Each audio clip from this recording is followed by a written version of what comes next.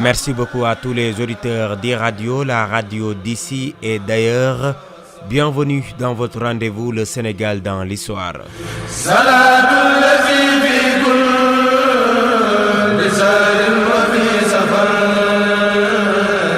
Le Sénégal dans l'histoire présenté par Migui Maram Ndiaye. Avant d'aborder ce premier numéro de la semaine, un petit rappel. Notez que nous sommes à 2 semaines de l'ouverture de la grande mosquée Massalikul Jinaan. Signification, les itinéraires du paradis. Nous y reviendrons à partir du 23 septembre. Mais avant cela, revisitons la vie et l'œuvre de Serigne Abdoul Khadr Mbacké, fils du fondateur du mouridisme. Pape Alioune Sarr Borom Ndam a exercé durant presque toute sa vie la fonction d'imam. Un seul regret pour la communauté mouride, son règne n'a duré que seulement 11 mois. La brièveté de son khalifa n'enlève en rien l'immensité de son œuvre. 11 mois, vous l'aviez dit, Migui Maram Ndiaye, c'est la durée de son règne à la tête du mouridisme. Mais Cheikh Abdoul Khadr Mbacké a été pendant 2 décennies l'imam de la grande mosquée de Touba. L'imam des imams, ce nom n'est pas fortuit. Serigne Abdoul Khadr Mbacké donnait une importance particulière au deuxième pilier de l'islam, c'est-à-dire la prière. L'illustre fils de Sokhna Aminata Bousso et de Cheikh Ahmadou Bamba a commencé à diriger la prière du vendredi à la grande mosquée de Touba à l'âge de 21 ans. Preuve que le saint homme a dédié sa vie à l'adoration de Dieu. Son silence était d'or. D'ailleurs, sa voix ne retentissait généralement que lors des prières ou khutbah où l'on pouvait entendre Serigne Abdoul Khadr psalmodier avec brio les sourates aux recommandations de Dieu.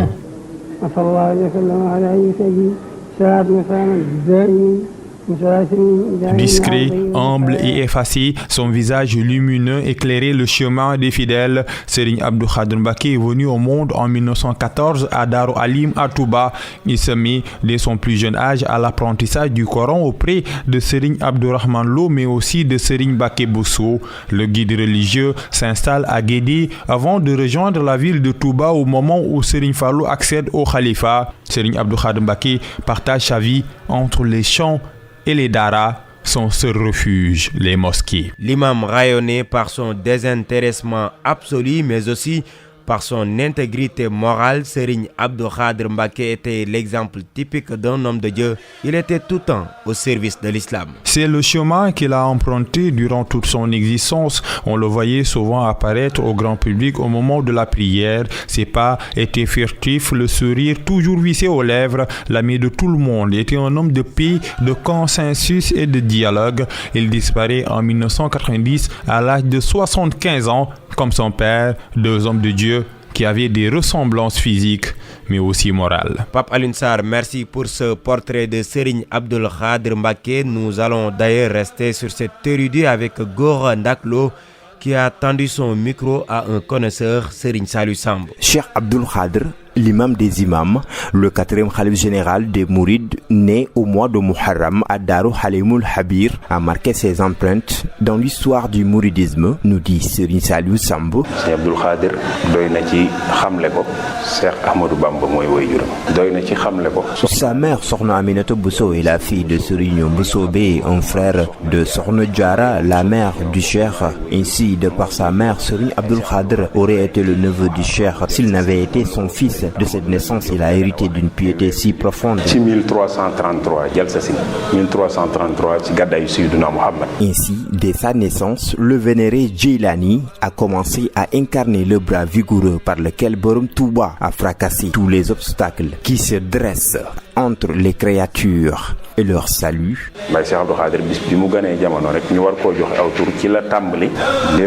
Le maître dit à Mame Thierno, au nom et par la baraka de ce nouveau-né, que tu vas visiter jusqu'au cours de ton voyage, à l'aller comme au retour. Tout ce que tu auras rencontré ou à voir sont préservés des flammes de l'enfer.